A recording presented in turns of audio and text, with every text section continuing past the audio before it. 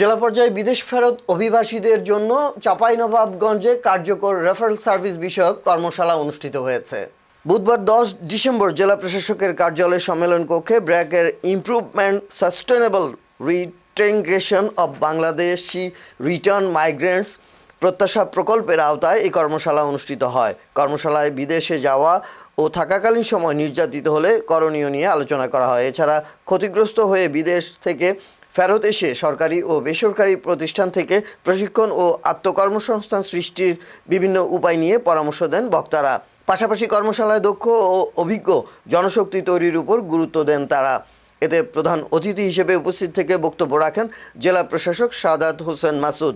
এ সময় আরও উপস্থিত ছিলেন অতিরিক্ত জেলা প্রশাসক নকিব হোসেন তরফদার, অতিরিক্ত পুলিশ সুপার একরামুল হক, জেলা প্রাণী সম্পদ কর্মকর্তা ডক্টর গোলাম মোস্তফা, চাঁপাইনবাবগঞ্জ কারিগরি প্রশিক্ষণ কেন্দ্রের অধ্যক্ষ আব্দুর রহিম, জেলা মহিলা বিষয়ক কর্মকর্তা শাহিদা আক্তার সহ বিভিন্ন সরকারি দপ্তরের কর্মকর্তা, বিদেশ ফেরত অভিবাসী এনজিও কর্মকর্তা ও ব্র্যাকের বিভিন্ন স্তরের কর্মকর্তা বৃন্দ।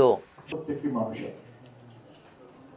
আমাদের বিদেশ যাওয়ার ক্ষেত্রে কিছু দেখা না সাহায্যের দিক থেকে আমি আশা করব এই সমস্ত ব্যক্তিকে আরো বেশি সুযোগ দিয়ে সরকারের সাথে কথা থাকছে, কঠিন কষ্ট সাধন করে তারা আসছে, ব্র্যাক সম্পর্কে ধারণার কথা সহায়ক শক্তি হিসাবে কাজ করে আসছে।